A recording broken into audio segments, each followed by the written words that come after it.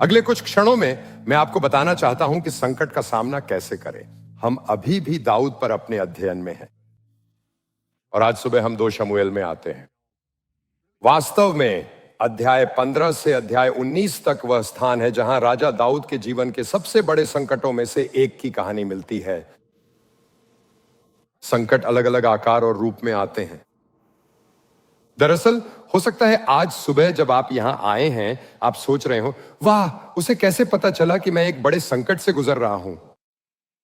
मुझे लगता है कि अधिकतर लोगों के जीवन में कम से कम एक ऐसा संकट तो होता ही है। कुछ कहेंगे, मुझे लगता है कि मैं संकटों की अवस्था में ही रहता हूं। लेकिन हम सब देर सबेर सब बातें सामान्य होने पर ऐसे समयों का सामना करेंगे जहां हम उस बात का सामना करते हैं जिसे हम संकट कहेंगे। ये आपके धन में हो सकता है, एक ऐसी नौकरी से संबंधित हो सकता है जो खत्म हो रही है, एक कंपनी जो बदल रही है, एक दिवालियापन। आर्थिक परिस्थितियों के कारण, चाहे वे आपके नियंत्रण में हो या आपके नियंत्रण से बाहर, आप इस स्थिति में आ गए हैं जहां आप एक आर्थिक संकट का सामना कर रहे हैं। यह आपके विवाह का संकट हो सकता है, यह आपके बच्चों या आपके माता पिता के साथ संकट हो सकता है। कभी कभी वह संकट स्वास्थ्य संबंधित होता है, एक बीमारी, विशेषकर एक लाइलाज बीमारी या एक दुर्बल करने वाली बीमारी जो चलती ही रहती है। यह किसी परिवार के सदस्य की मृत्यु हो सकती है और यह एक संकट उत्पन्न करती है। हो सकता है यह कोई एक बात ना हो, बल्कि कई बातें हों जो एक साथ घटित हुई हों और अचानक आप स्वयं को एक ऐसे स्थान पर पाते हैं जहां आप भावनात्मक रूप से कभी नहीं थे, और आपके लिए यह एक आंतरिक संकट है जो उससे बड़ा नहीं हो सकता, भले ही मैंने जो अन्य सभी बातें बताई हैं वे घटित हो रही हों।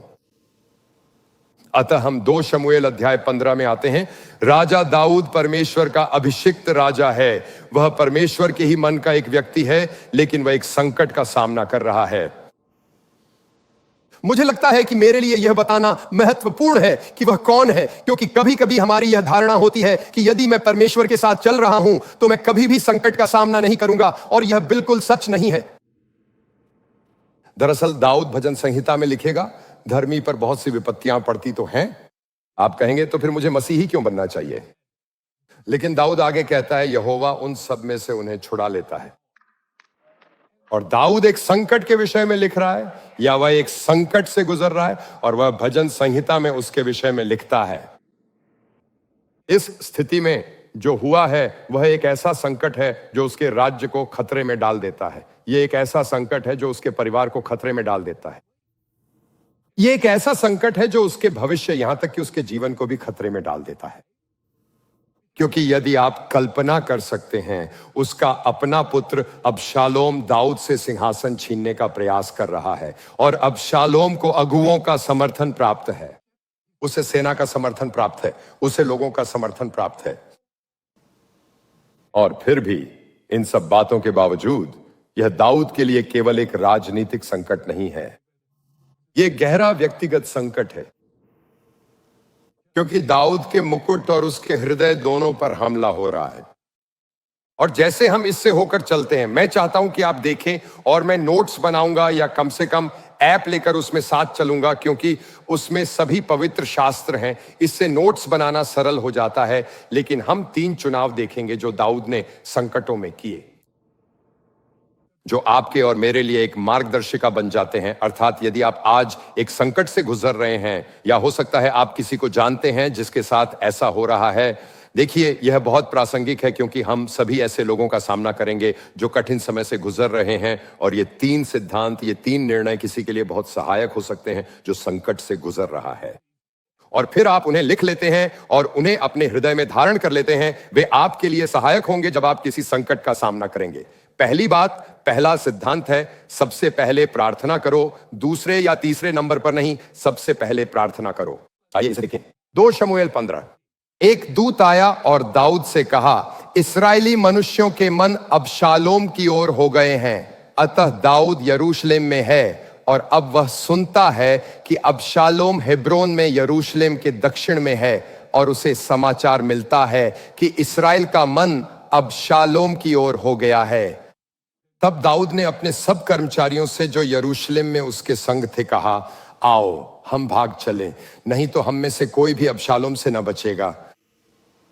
इसीलिए फुर्ती करते चले चलो, ऐसा ना हो कि वह फुर्ती करके हमें आ घेरे और हमारी हानि करे और इस नगर को तलवार से मार ले। ध्यान के सब रहने वाले चिल्ला चिल्ला कर रोए और सब लोग पार हुए, और राजा भी किद्रोन नामक नाले के पार हुआ और सब लोग जंगल के मार्ग की ओर चल पड़े। अतः आपको भूगोल की समझ देने के लिए यरूशलेम है, और यह एक पहाड़ी की चोटी पर है, और फिर उस चोटी का ढलान नीचे उतरता है, और फिर जैतून का पर्वत ठीक उसके बगल में है, और फिर वह ऊपर की ओर जाता है। अतः दाऊद यरूशलेम से जा रहा है, यरूशलेम से बाहर नीचे जा रहा है, घाटी से होकर ऊपर की ओर जा रहा है, जैतून के पर्वत की चोटी तक जाते हुए रोता हुआ। उसका सिर ढका हुआ था और वह नंगे पांव था। उसके साथ के सब लोगों ने भी अपने सिर ढक लिए, और जैसे वे ऊपर चढ़ रहे थे रो रहे थे। अब दाऊद को बताया गया था कि अहीतोपेल अबशालोम के साथ षड्यंत्रकारियों में से एक है। यह चौंका देने वाली खबर होती, पर शायद दाऊद के लिए उसकी पिछली पृष्ठभूमि के कारण यह चौंकाने वाली खबर नहीं रही होगी। मैं आपको यहां थोड़ी पृष्ठभूमि देना चाहता हूं। अहीतोपेल दाऊद के दरबार में एक सलाहकार था, जिसके विषय में एक अन्य परिच्छेद में लिखा है, जब वह बोलता था तो ऐसा लगता था मानो परमेश्वर स्वयं बोल रहा हो। उसकी सम्मति बहुत अच्छी थी, उसकी सम्मति बहुत मान्य थी, वह बहुत बहुत बुद्धिमान था। वास्तव में जब आप यह कहानी पढ़ते हैं, हम उसकी अबशालोम को दी गई सारी सम्मति में नहीं जाएंगे, परंतु तथ्य यह है कि उसकी सम्मति बिल्कुल सही थी, उसकी सम्मति अच्छी थी। दाऊद अब जानता है कि अहीतोपेल ने उसके विरुद्ध हो गया है। अधिकतर विद्वानों का मानना है कि इसका कारण यह है कि अहीतोपेल का एक पुत्र है और उसका नाम एलियाम है, और एलियाम दाऊद के शूरवीरों में से एक था। अतः हमारे पास पवित्र शास्त्र में शूरवीरों की सूची 2 बार दी गई है। एक सूची 2 शमूएल 23 में है, जहां यह सभी इन शूरवीरों की सूची है, और वे 3-3 और 30-30 के दल में थे, हालांकि ये शायद लगभग 37-88 शूरवीर थे, और एलियाम उनमें से एक था। उसे अहीतोपेल का पुत्र एलियाम कहा गया है। एलियाम की एक पुत्री है, उसका नाम बतशेबा है, और बतशेबा हित्ती उरिय्याह से विवाहित है। दाऊद, आप याद करें, बतशेबा के साथ व्यभिचार करता है, उरिय्याह की हत्या करवा देता है, और अहीतोपेल इसे कभी उबर नहीं पाया। दाऊद ने उसकी पोती के साथ जो किया, दाऊद ने उसकी पोती के विवाह के साथ जो किया, और अब अहीतोपेल ने अपने हृदय में कड़वाहट को बढ़ने दिया है, उसने क्रोध को बढ़ने दिया है, उसने रोष को बढ़ने दिया है, और अब वह वास्तव में परमेश्वर की इच्छा को नहीं समझ सकता। वह अभी भी दाऊद का विरोध करने वाले लोगों को अच्छी सम्मति दे सकता है, लेकिन कड़वाहट के विषय में यहां एक बात है। यदि आप कड़वाहट को अपने हृदय में आने देते हैं तो आप अभी भी चतुर हो सकते हैं। आपके पास अभी भी संसार की बुद्धि के मार्ग में बुद्धि हो सकती है, और फिर भी आप अपने जीवन में या अन्य लोगों के जीवन में परमेश्वर की इच्छा को न देख पाए। यह बहुत खतरनाक बात है, कटुता को, अक्षमा को अपने जीवन में घटित होने देना। यह अहीतोपेल के साथ घटित हुआ है, और अब इसने उसे एक ऐसे मार्ग को चुनने के लिए प्रेरित किया है जो उसके विनाश की ओर ले जाएगा। क्योंकि आप जानते हैं कि इस व्यक्ति के साथ क्या होने वाला है। जब अबशालोम उसकी सम्मति को नहीं मानता है, तो वह जानता है कि अबशालोम के लिए यह अच्छा नहीं होगा, और वह घर जाएगा, और वह यरूशलेम के दक्षिण में लगभग 4 मील दूर अपने गृहण घर जाएगा, और वह स्वयं को फांसी लगा लेगा। आप जानते हैं, एक मार्ग है जो मनुष्य को ठीक प्रतीत होता है, परंतु उसका अंत मृत्यु है। आप नहीं जानते कि आपकी कड़वाहट आपको कहां ले जाएगी। आप नहीं जानते कि समय के साथ आपकी क्षमा न करने की भावना आपको कहां पहुंचा सकती है, क्योंकि यह एक ऐसे कैंसर की तरह है जो आत्मा को, आपके अस्तित्व को भीतर ही भीतर खा जाता है। वह अहीतोपेल है। और अब इस पड़ाव पर दाऊद जानता है कि यह व्यक्ति अहीतोपेल जब वह सम्मति देता है तो वह अच्छी होती है। अतः दाऊद ने प्रार्थना की, हे यहोवा, अहीतोपेल की सम्मति को मूर्खता बना दे। यह बहुत दिलचस्प है।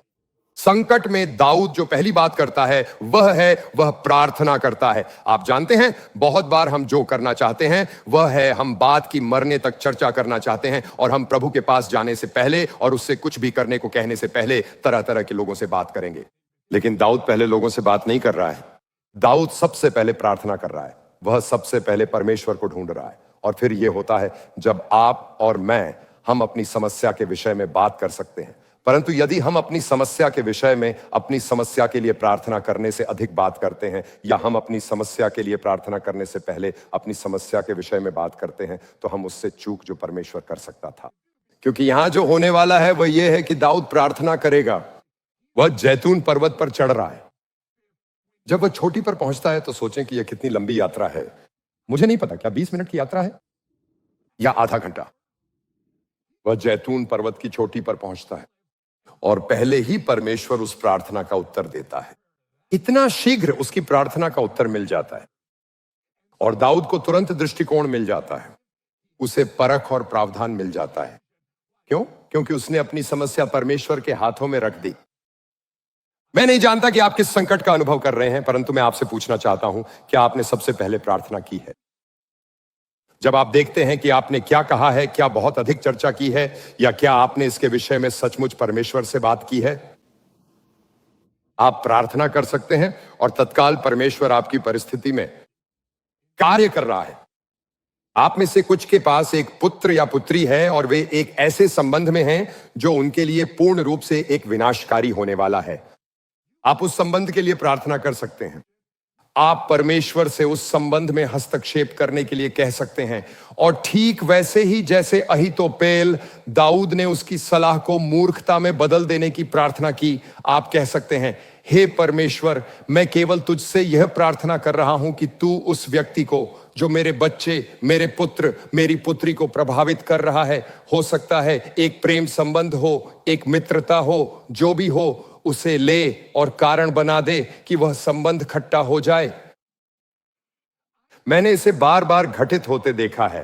हो सकता है आप एक ऐसी स्थिति में हो जहां आपका विवाह ठीक नहीं चल रहा है और आपके जीवन साथी का एक मित्र है जो उनसे कह रहा है, क्या तुम्हें पता यह चीज समाप्त हो गई है, मैंने तलाक ले लिया, तुम्हें भी तलाक ले लेना चाहिए, सब कुछ ठीक हो जाएगा, इसकी चिंता मत करो।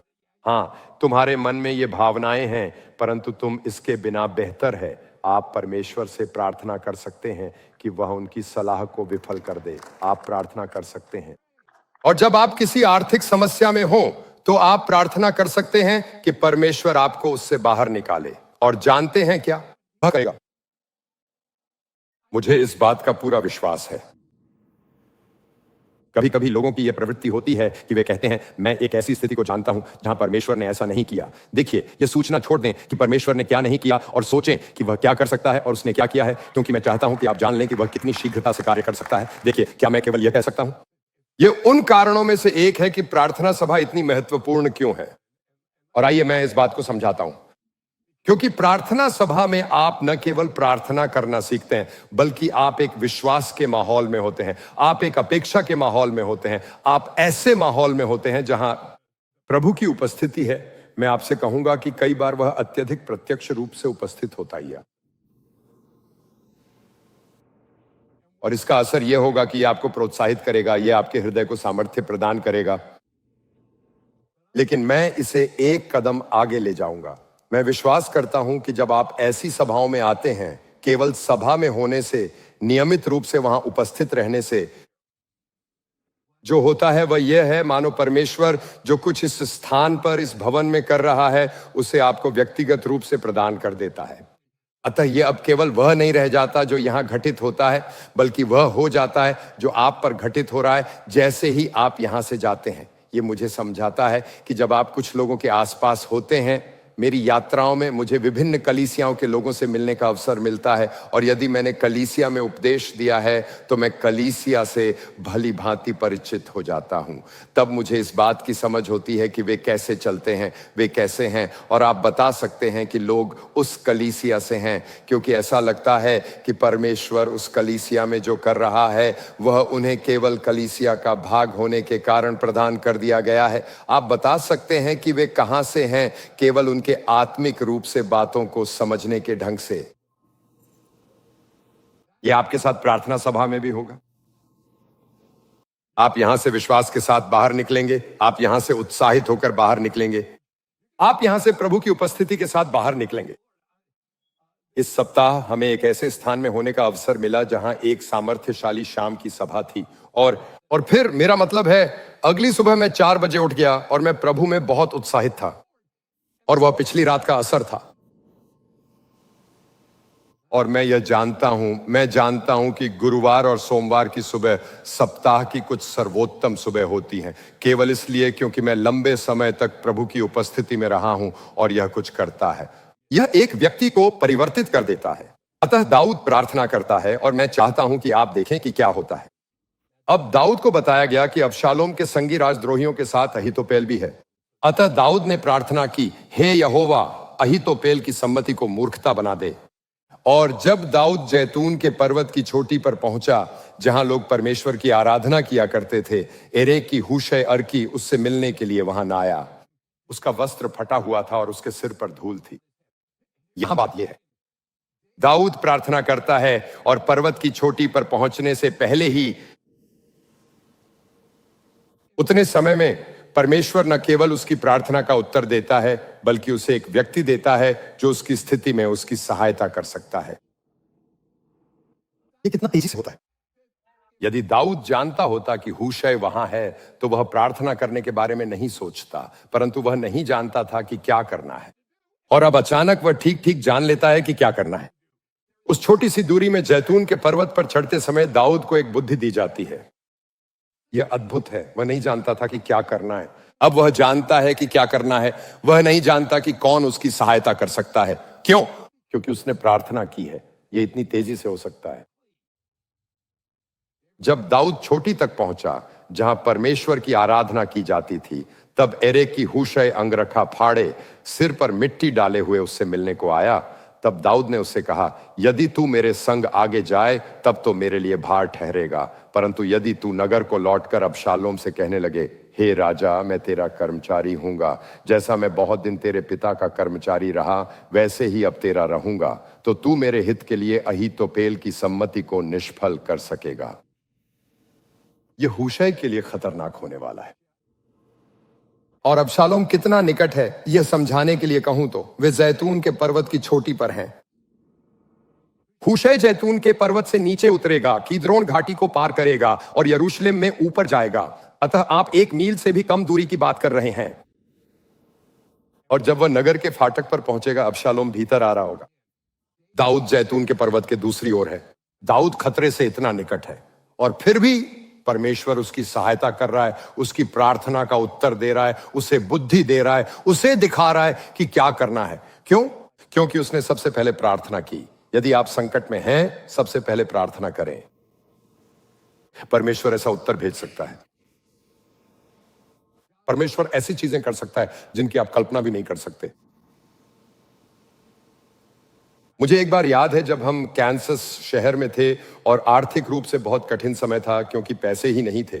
मेरा अर्थ है, जब तक हम अपना किराया देते, जब तक हम अपनी कार की किश्त चुकाते, कोई पैसा नहीं बचता था।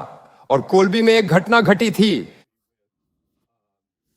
जहां मैसोनिक लॉज में से बहुत से लोग उद्धार पा चुके थे और फिर लॉज वाले नाराज हो गए थे। जब हम शहर छोड़कर जा रहे थे, उन्होंने कहा, तुम जा रहे हो पर हम तुम्हें छोड़ेंगे नहीं।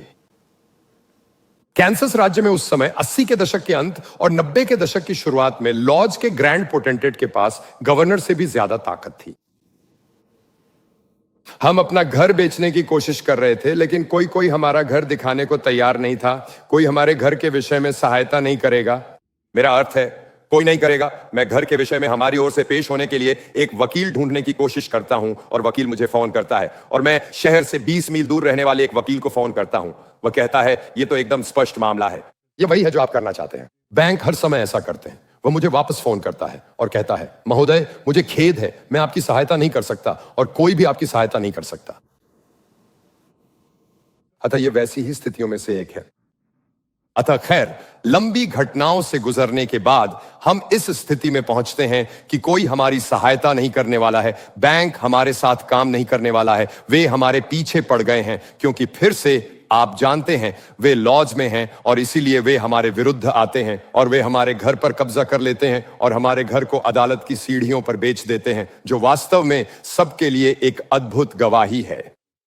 और खैर, वे मुझे एक पत्र भेजते हैं और कहते हैं आपके पास हजारों लाखों डॉलर जुटाने के लिए 10 दिन हैं। फिर मैं अंदर जाता हूं और उसे ले लेता हूं। अब तक 3 दिन बीत चुके हैं, अतः मेरे पास 7 दिन है। और मुझे हिजकिय्याह याद है जब सन्हेरीब ने कहा था, सुनो तू नाश हो गया, उसे पत्र भेजा, कहा मैं तुझ पर आक्रमण करने आ रहा हूं, मैं तुझे नष्ट कर डालूंगा। वह पत्र लेता है, उसे प्रभु के सामने रखता है और मुझे याद है उस शयन कक्ष में जाना जिसे मैं अपने कार्यालय के रूप में प्रयोग करता था, उसे फर्श पर रखना, फर्श पर लेट जाना और कहना, हे परमेश्वर, यह पत्र है, यह वह है जो वे कह रहे हैं। तू जानता है मैं विश्वास योग्य रहा हूं। तू जानता है मैंने अपने धन के विषय में तेरे साथ एक वाचा में रहा हूं। तू जानता है मैंने इस पूरी घटना में तेरा आदर करने की कोशिश की है, मैंने वह काम करने की कोशिश की है। तू यह सब जानता है। मुझे तेरी सहायता चाहिए क्योंकि मेरे पास कोई पैसा नहीं है और इसे संभालने का कोई उपाय नहीं है। और हे प्रभु, मैं केवल तेरी ओर देखता हूं। अतः जो हुआ वह यह था, घटनाओं के मोड़ से गुजरने के बाद जिस दिन पैसे दिए थे उससे एक दिन पहले मुझे कर्ज चुकाने के लिए पैसे दिए गए। बैंक ने उन्हें लेने से मना कर दिया। उन्होंने कहा हम इसे नहीं लेंगे और उन्होंने कहा हम तुम्हारे पीछे पड़े रहेंगे। भले ही मैं उन्हें पैसे दे सकता था, लेकिन घटनाओं में मोड़ आया। फिर से मैं रुका और मैंने प्रार्थना की। घटनाओं के एक मोड़ पर बैंक के एक व्यक्ति ने मेरी सहायता की। उसे नौकरी से निकाल दिया गया क्योंकि उसे अदालत को कॉल करना पड़ा और वह सब कुछ। यदि आप एक वकील हैं तो आप जानते हैं कि यह कैसे काम करता है। तथ्य यह है उसे नौकरी से निकाल दिया गया, परंतु फिर एक अन्य समूह ने बैंक खरीद लिया, उन सभी लोगों को निकाल दिया, उस दूसरे व्यक्ति को बैंक में एक अगुवे के रूप में नियुक्त किया। यहां एक और बात है, जब मैं एक घर खरीदने गया, जब मैंने घर खरीदने के लिए यहां आकर आवेदन भरा, उन्होंने पूछा क्या आपका घर जब्त हो गया है? और मैंने कहा हां। और बैंकर ने कहा अगर आप हां कहते हैं तो उन्होंने कहा मुझे इसके बारे में बताइए। जब मैंने उन्हें बताया तो उन्होंने कहा खैर मुझे नहीं पता। यह तो कुछ अजीब सा लगता है, आप बस ना क्यों नहीं कहते?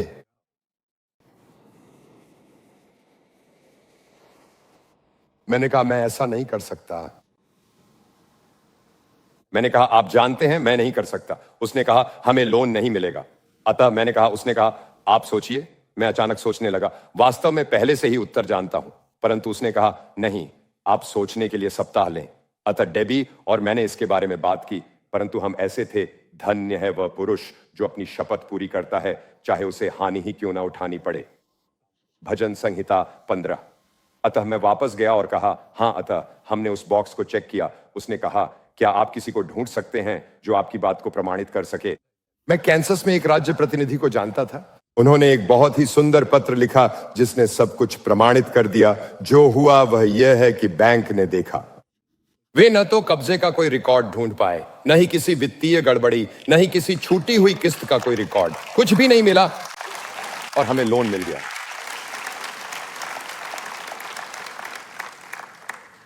मैं केवल यह कह रहा हूं कि जब आप संकट से गुजर रहे हो, प्रार्थना करें। हम एक ऐसे परमेश्वर की सेवा करते हैं जो असंभव को संभव करके आनंदित होता है।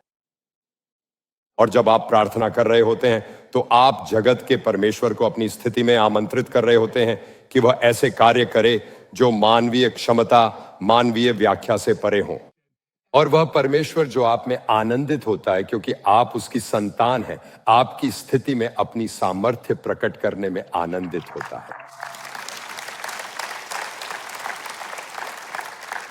जब आप संकट में हो, पहली बात जो आपको करनी चाहिए वह है प्रार्थना करना। दूसरी बात, प्रतिक्रिया देने से मना करें। आइए इसे यहां देखें। जब दाऊद राजा बहुरीम तक पहुंचा तब शाऊल का एक कुटुंबी वहां से निकला। तो शाऊल वह राजा है जो दाऊद से पहले था, वह दाऊद का ससुर है। वह युद्ध में पलिश्तियों द्वारा मारा गया था। तब यह व्यक्ति जो शाऊल का एक कुटुंबी था वहां से निकला।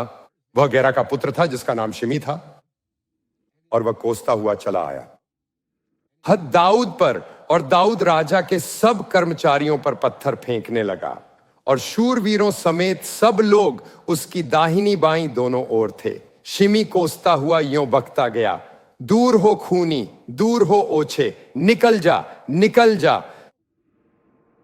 यहोवा ने तुझसे शाऊल के घराने के खून का पूरा बदला लिया है। मैं चाहता हूं कि आप चाहें तो यहां पिछली पंक्ति पर वापस जाएं। ध्यान दें कि दाऊद के दाएं और बाएं विशेष रक्षक हैं। विशेष रक्षक करेतियों और पेलेतियों का दल है। हम उन्हें एक क्षण में देखेंगे। वे पलिश्ती हैं। वे भाड़े के सैनिक हैं जो संभवतः तब दाऊद के संपर्क में आए जब वह गत में रहता था। उन्होंने उसके युद्ध लड़े हैं। लेकिन शिमी, जैसे हम पद साबत पर वापस जाते हैं, शिमी जो मान रहा है वह यह है, देखो तू पलिश्तियों के कितना निकट है। वे ही हैं जिन्होंने शाऊल को मारा था। यह तेरे ही कारण है कि वह अब राजा नहीं रहा। तू शायद उन्हीं के साथ मिलकर लड़ रहे था। और इसका प्रमाण यह है कि तुम्हारे पास पलिश्तियों का एक अंगरक्षक दल है, जो किसी राजा के लिए असामान्य नहीं होता कि उसके पास लोग हों। कैसरों ने ऐसा किया, यहां तक कि वेटिकन जैसे आपके पास स्विस गार्ड हैं जो वेटिकन की रक्षा करते हैं। मूल विचार यह है कि वे भाड़े के सैनिक हैं जिन्हें वफादारी के लिए बुलाकर सुरक्षा के लिए रखा गया है। क्या आप इस बात पर मेरे साथ हैं? अतः ऐसा नहीं है कि सदियों से यह नहीं किया गया है, लेकिन वे यहां हैं। यह उसका आरोप है। यहोवा ने राज्य को तेरे पुत्र अबशालोम के हाथ कर दिया है, और इसलिए कि तू खूनी है, तू अपनी बुराई में आप फंस गया। और वह पत्थर फेंक रहा है और उन पर धूल और मिट्टी बरसा रहा है, और वह उन्हें कोसता जा रहा है। और यहां दाऊद है, नंगे पांव, सिर ढका हुआ, शोक में डूबा हुआ। और अब पूरी सेना, साथ ही वे सभी लोग जो नगर से बाहर जा रहे हैं, जैतून के पर्वत पर चढ़ते हुए, जंगल की ओर उतरते हुए, वह बस उनका पीछा करता रहता है, उन पर चिल्लाता है, पत्थर फेंकता है। अध्याय 18। उसके सब कर्मचारी उसके पास से होकर आगे गए, और सब करेती और सब पलेती और सब गती, अर्थात जो 600 पुरुष, ये पलिश्ती हैं, गत से उसके पीछे हो लिए थे, वे सब राजा के सामने से होकर आगे चले। फिर से शिमी के पास 2 शमूएल 16 के 8वें पद में, यहोवा ने तुझसे शाऊल के घराने के खून का पूरा बदला लिया है, जिसके स्थान पर तू राजा बना है। यहोवा ने राज्य को तेरे पुत्र अबशालोम के हाथ कर दिया है, और इसलिए कि तू खूनी है, तू अपनी बुराई में आप फंस गया। अतः जो हो रहा है वह यह है कि शिमी दाऊद को शाप दे रहा है, वह उस पर पत्थर फेंक रहा है, उस पर मिट्टी फेंक रहा है। और अचानक दाऊद का एक भतीजा है जिसका नाम अबीशै है, और अबीशै वह योआब है। योआब सेना का सेनापति है, वह योआब का भाई है। अबीशै दाऊद का भतीजा है। और अबीशै जब वह इस शिमी को ऐसा करते देखता है तो वह कहता है, दाऊद, अगर मैं आपकी जगह होता, ये नहीं होता, तो क्यों ना आप मुझे वहां जाने दें और मैं उस आदमी का सिर काट दूं। और वह ऐसा कर भी सकता था। सुनिए, उसके बारे में थोड़ी पृष्ठभूमि जान लीजिए। अबीशै जो योआब का भाई और सरूयाह का पुत्र, तीनों का प्रधान था। तो यह पराक्रमी पुरुषों की सूची है, अध्याय 23। और वहां 3 लोग थे जो पराक्रमी पुरुषों से भी ऊपर थे, और उन्होंने अद्भुत सैन्य कारनामे किए थे। लेकिन यहां है अबीशै, उसने भाले से 300 लोगों को मार डाला था। तो वह भी उन तीनों जितना ही प्रसिद्ध था। क्या उसे उन तीनों से भी अधिक सम्मान नहीं मिला था? और वह उनका सेनापति बन गया, हालांकि वह उनमें शामिल नहीं था। तो वह तर्क संगत रूप से इज़राइल का सबसे बड़ा योद्धा है, और वह शिमी का सिर काटना चाहता है। तो यह बहुत ही दिलचस्प बात है। इसे अध्याय 10 पद 9 में देखें। वैसे सरूयाह दाऊद की बहन है। उसके के पुत्र अबीशै ने राजा से कहा, यह मरा हुआ कुत्ता मेरे प्रभु राजा को क्यों शाप देने पाए? मुझे उधर जाकर उसका सिर काटने दे। आप जानते हैं यह ऐसा है कि आप संकट में हैं, और अब कोई व्यक्ति जिसका इससे कोई लेना देना नहीं है, अब टोली में शामिल होकर आप पर आक्रमण कर रहा है। और आपका एक मित्र कहता है, तू जानता है क्या, तू मुझे उनकी देखभाल करने क्यों नहीं देता? आपको बहुत सावधान रहना चाहिए। आपको सावधान रहना होगा। आपको लोगों को प्रतिक्रिया करने मना करना होगा, क्योंकि संकट में एक प्रतिक्रिया लगभग गलत कार्यवाही होगी। संकट के समय बहुत सी ऐसी चीजें होती हैं जिन्हें आप नियंत्रित नहीं कर सकते, जिनके बारे में आप नहीं जानते कि वे कैसे घटित होंगी। देखिए दाऊद क्या करता है, ये बड़ी बुद्धिमानी है।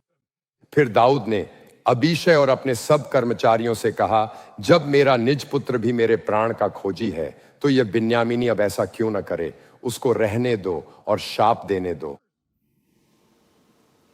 क्योंकि यहोवा ने उससे कहा है।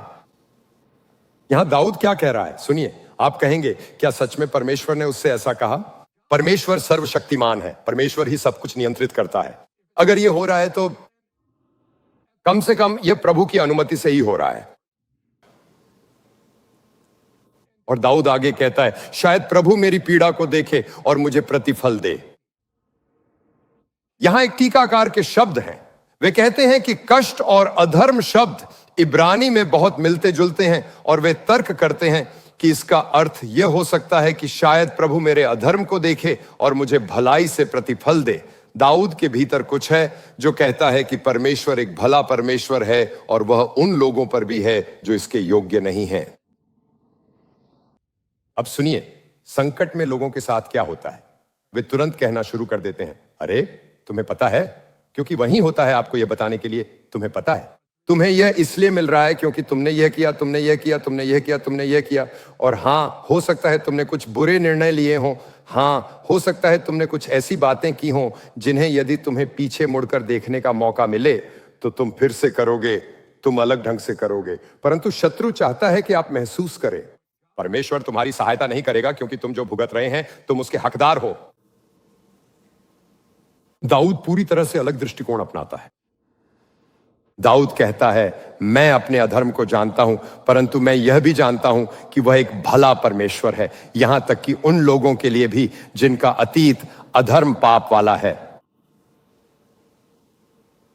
देखिए, बहुत बार लोग परमेश्वर की उपस्थिति में आते हैं और वे परमेश्वर से सहायता मांगने से डरते हैं। वे सबसे पहले प्रार्थना नहीं करेंगे क्योंकि उन्हें यकीन नहीं है कि परमेश्वर उनकी बात सुनेगा भी, क्योंकि वे कहते हैं, तुम्हें पता है मैंने 100% सही काम नहीं किया है, मैंने सिद्ध जीवन नहीं जिया है, मैंने वह नहीं किया है जो मुझे करना चाहिए था, मैंने नहीं किया। और दाऊद कह रहा है, सुनो, भले ही मैंने नहीं किया है, मैं परमेश्वर को इतना अच्छी तरह जानता हूं कि वह स्वभाव से भला है, वह भलाई में अटल है, वह भला है और वह भलाई करता है। और कौन जानता है, यदि मैं इस परिस्थिति में सावधान रहूं और मैं उसकी ओर देखूं, मुझे विश्वास है कि परमेश्वर मेरी सहायता करेगा। कदाचित यहोवा इस उपद्रव पर जो मुझ पर हो रहा है दृष्टि करके आज के शाप के बदले मुझे भला बदला दे। सुनो, जब आप संकट में हो प्रतिक्रिया न करें। और यह भी कहना चाहता हूं, आपके पास ऐसे लोग होंगे जो आपसे प्रेम करते हैं और वे आपको ऐसी सलाह देंगे जो प्रतिक्रियावादी होगी। अच्छा, तुम जानते हो, यदि वह तुम्हारे साथ ऐसा करने जा रहा है तो तुम्हें उसके साथ यह करना चाहिए। या तुम जानते हो क्या, उन्होंने यह कहा, तुम जानते हो क्या, हम कर सकते हैं, हम कर सकते हैं। और वे तुम्हें बताएंगे, तुम उनका संबंध तोड़ सकते हो, तुम यह कर सकते हो, तुम वह कर सकते हो। ये सभी विभिन्न प्रकार की सलाह, और वे आपके लिए आहत हैं और वे आपके साथ जो हो रहा है उस पर क्रोधित हैं। और अभिषय की तरह वे आपको प्रोत्साहित करेंगे कि आप हमले का जवाब अपने हमले से दें, परंतु ऐसा ना करें। सिर्फ इसलिए कि कोई आपकी चिंता करता है, इसका अर्थ यह नहीं है कि उनकी सलाह आपके लिए ठीक है। आपको वास्तव में सावधान रहना होगा, क्योंकि कभी कभी लोग आपसे इतना प्रेम करते हैं और वे इतने नाराज और उत्तेजित और आहत होते हैं और वे आपके लिए इतना बुरा महसूस करते हैं कि वे उन लोगों को चोट पहुंचाना चाहते हैं जिन्होंने आपको चोट पहुंचाई है। यही अभिषय है, मेरा अर्थ है, अरे वह व्यक्ति कह रहा है ये ठीक नहीं है, मैं उसे मार डालूंगा। और दाऊद कह रहा है, नहीं, मैं प्रतिक्रिया नहीं देने वाला। और नए नियम में हमारे पास प्रतिक्रिया न देने के और भी अधिक कारण हैं। नई वाचा के भाग के रूप में यीशु ने यह कहा, उसने कहा, परंतु तुम जो सुनने को तैयार हो, मैं तुमसे कहता हूं, अपने शत्रुओं से प्रेम करो, जो तुमसे बैर रखते हैं उनका भला करो, जो तुम्हें शाप देते हैं उन्हें आशीष दो, जो तुम्हें ठेस पहुंचाते हैं उनके लिए प्रार्थना करो। हम ऐसे लोग नहीं हैं जो शाप देते हैं, हम ऐसे लोग हैं जो आशीष देते हैं, हम ऐसे लोग हैं जो प्रेम करते हैं, हम ऐसे लोग हैं जो प्रार्थना करते हैं, हम ऐसे लोग हैं जो कहते हैं, क्या तुम्हें पता है प्रभु इससे संभालेगा। हम प्रतिक्रिया नहीं देंगे, हम उन बातों को करके सक्रिय बनेंगे जो यीशु ने हमें करने को कहा है। जब आप संकट में हो, प्रतिक्रिया ना दें। सावधान रहें कि आप वह व्यक्ति बने, बस लोगों के लिए प्रार्थना करें, लोगों से प्रेम करें। यदि आप कहते हैं लेकिन जो वे कर रहे हैं वो बहुत गलत है, आपको यह करना ही होगा। इसलिए यीशु कहता है, अपने शत्रुओं से प्रेम करो। वे जो कर रहे हैं, मेरा अर्थ है, ऐसा नहीं है कि वे आपके सबसे अच्छे मित्र हैं और शायद वे एक समय में थे, उनसे प्रेम करें। आप कहते हैं मैं नहीं कर सकता, तो यीशु से कहें कि वह आपकी ऐसा करने में सहायता करे। वह कहते हैं लेकिन मैंने ये किया और मैं अब भी उन्हें पसंद नहीं करता, तो यीशु से प्रार्थना करें कि वह आपकी सहायता करे। सच्चाई यह है, पवित्र आत्मा आपके भीतर और आपके माध्यम से वह कर सकता है जो आप खुद कभी नहीं कर सकते। उसने पवित्र आत्मा के द्वारा हमारे हृदयों में अपना प्रेम उंडेल दिया है। रोमियो अध्याय 5। परमेश्वर आपके जीवन में वह संपूर्णता ला सकता है जिसकी आपको आगे बढ़ने के लिए आवश्यकता है,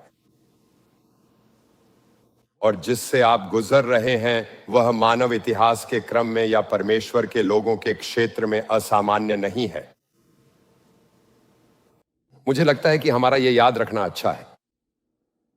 मैं अय्यूब के विषय में सोचता हूं, मैं उसके बारे में बहुत सोचता हूं। अय्यूब अध्याय 23 पद 8 में अय्यूब कहता है, देखो मैं आगे जाता हूं परंतु वह नहीं मिलता, मैं पीछे हटता हूं परंतु वह दिखाई नहीं पड़ता।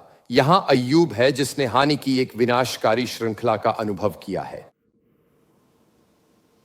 और उसके मित्र उस पर हर प्रकार का आरोप लगा रहे हैं कि उसके जीवन में कोई छिपा पाप है, परंतु परमेश्वर आरंभ में ही यह स्पष्ट कर देता है कि वह अपने समय का सबसे धर्मी मनुष्य है। अय्यूब परमेश्वर से एक सुनवाई चाहता है, और वह कहता है मैं आगे जाता हूं परंतु वह नहीं मिलता, मैं पीछे हटता हूं परंतु वह दिखाई नहीं पड़ता।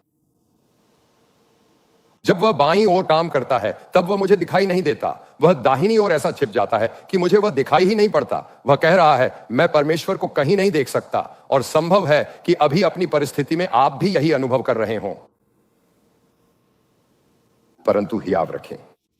लेकिन वह जानता है कि मेरा मार्ग क्या है, और जब उसने मेरी परीक्षा ले ली तो मैं सोने के समान निखर कर निकलूंगा। सुनिए, आपका संकट सोना बनने की प्रक्रिया है। आपका संकट परमेश्वर का आप में वह कार्य करना है जो उसकी महिमा लाएगा और आपको उसमें उस स्थान पर ले जाएगा जहां आप किसी और मार्ग से नहीं पहुंच सकते थे, और इसमें आप आनंदित होते हैं और उसमें विश्राम पाते हैं। अतः मेरा अनुमान है कि इस पर बहुत अधिक आमीन न हो, परंतु यह वास्तव में सच है, और जॉन ये वास्तव में शानदार उपदेश है। ठीक है,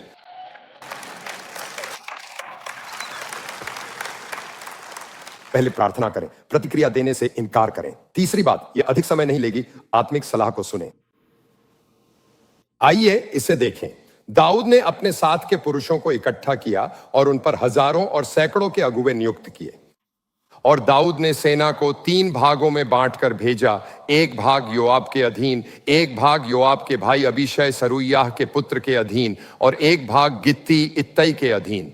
अतः पुरुषों का 1/3 भाग एक पलिश्ती के अधीन था, क्योंकि वह गत से था। आगे लिखा है, राजा ने सैनिकों से कहा मैं निश्चय ही तुम्हारे साथ युद्ध करने जाऊंगा, परंतु उन पुरुषों ने कहा तू जाने न पाएगा, क्योंकि चाहे हम भाग जाएं तो भी वे हमारी चिंता न करेंगे, वरन चाहे हम में से आधे मारे भी जाएं तो भी वे हमारी चिंता न करेंगे, परंतु तू हमारे सरीखे 10,000 पुरुषों के बराबर है, इसलिए अच्छा यह है कि तू नगर में से हमारी सहायता करने को तैयार रहे। राजा ने उत्तर दिया, जो कुछ तुम्हें भाई वही मैं करूंगा। अतः राजा फाटक के पास खड़ा रहा, जबकि सब पुरुष सैकड़ों और हजारों की टुकड़ियों में निकल गए। दाऊद जानता है कि पिछली बार जब युद्ध में अपनी सेना की अगुवाई नहीं की तो उस पर संकट आया था। मेरा मतलब है, वसंत ऋतु में जब राजा युद्ध के लिए निकलते हैं, वह घर पर था, वह वही गलती फिर नहीं करने वाला। वह इस बात को लेकर आश्वस्त हो गया है कि यही सारी समस्या की जड़ है। इस बार वह अपने पुरुषों के साथ युद्ध में जाना चाहता है, परंतु उसके पुरुष उसे पीछे रहने के लिए आग्रह करते हैं, और आश्चर्यजनक रूप से दाऊद, यह योद्धा, यह दानव संहारक, यह राजा अपने पुरुषों की बात सुनता है। संकट में आपको इन बातों का ध्यान रखना है। संकट अगर आप सावधान नहीं हैं तो खासकर संकट जितना बड़ा होगा उतनी ही ज्यादा इमोशनल एनर्जी होगी आपके अंदर, उतनी ही ज्यादा लड़ने या भागने की भावना होगी, एड्रेनालाइन का बहाव होगा और यह लोगों को हद से ज्यादा प्रेरित कर सकता है। कभी कभी लोग बिल्कुल टूटकर असहाय हो जाते हैं। वे कहते हैं मैं ये नहीं कर सकता, मैं खत्म हो गया हूं। और दूसरी ओर कुछ लोग ऐसे होते हैं, तुम्हें पता है मैंने पहले लोगों पर भरोसा किया और वह अच्छा नहीं गया, अब यदि कुछ होना है तो मैं ही करूंगा, और वे सब कुछ अपने ऊपर ले लेते हैं। लेकिन दाऊद एक अलग तरीका दिखाता है और मैं आपको सुझाव देना चाहता हूं, यही वह तरीका है जिससे आप संकट से निकल सकते हैं। वह विनम्रता का उदाहरण देता है, वह दूसरों को अपनी सहायता करने देता है, वह दूसरों की बात सुनता है जिनके पास जरूरी नहीं कि उसके जैसा अनुभव हो। निश्चित रूप से उनके पास अनुभव है और वे राय देने के लिए योग्य हैं, लेकिन वह दूसरों को अपनी सहायता करने देता है। वे उसके लिए लड़ाई लड़ने जा रहे हैं।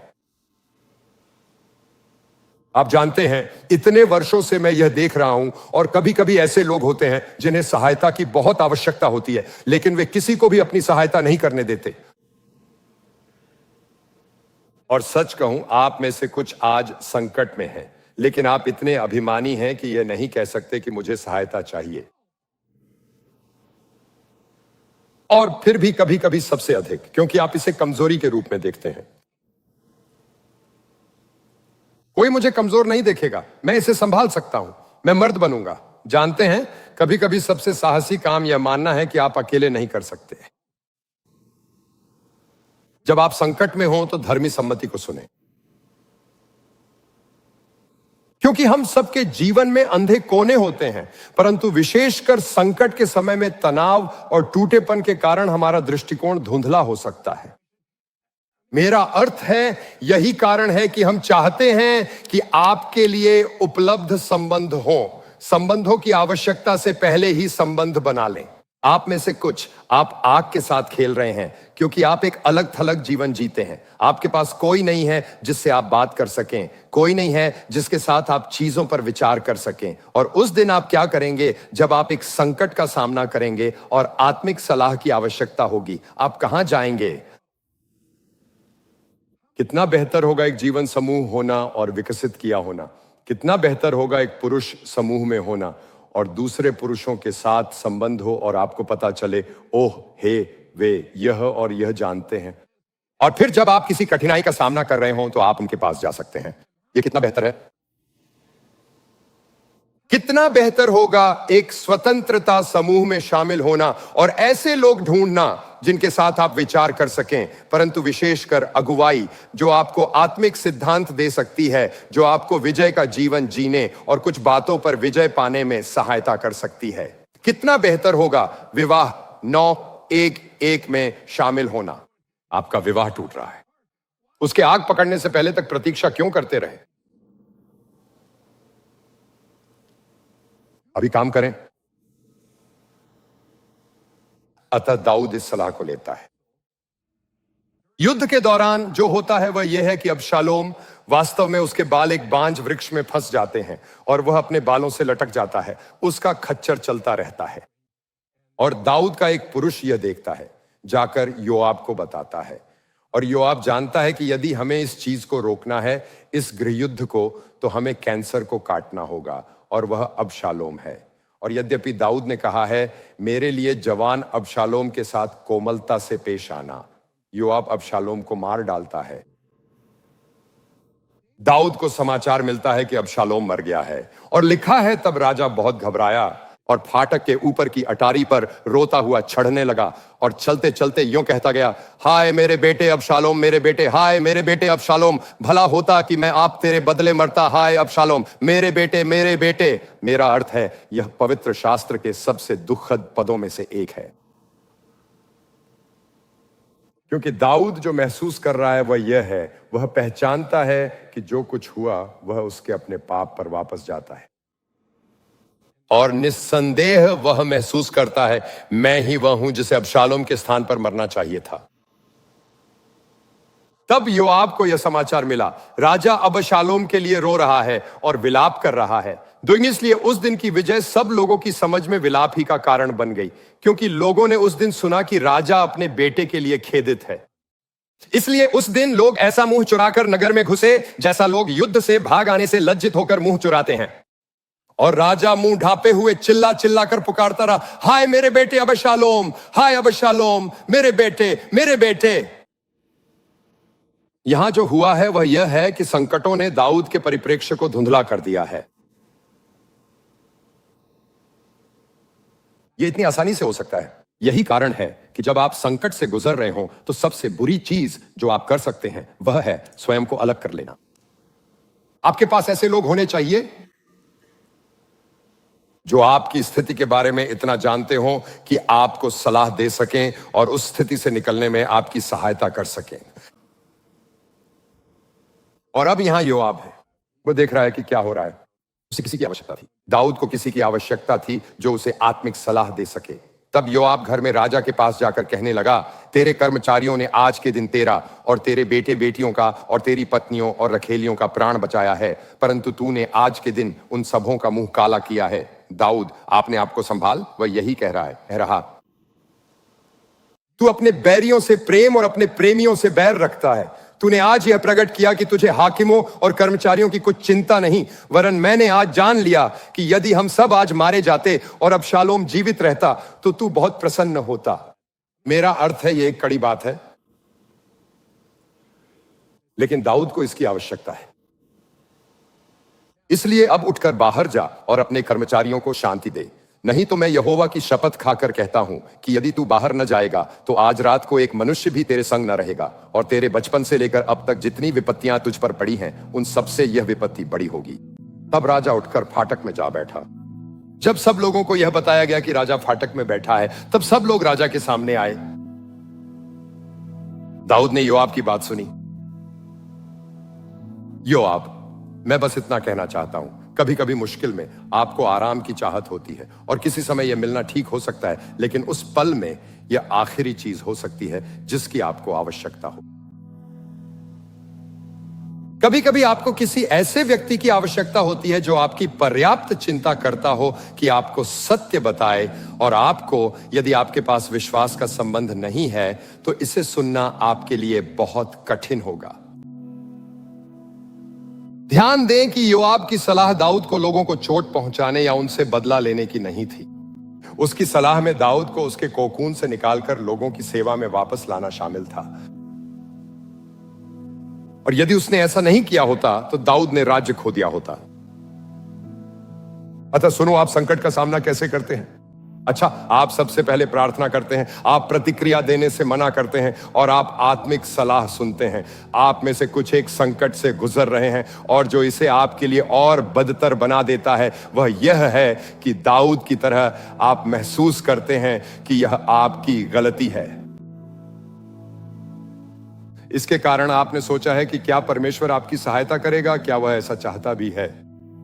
और बात यह है, परमेश्वर आपकी सहायता करना चाहता है। बाइबल कहती है वह हमसे हमारे पापों के अनुसार व्यवहार नहीं करता।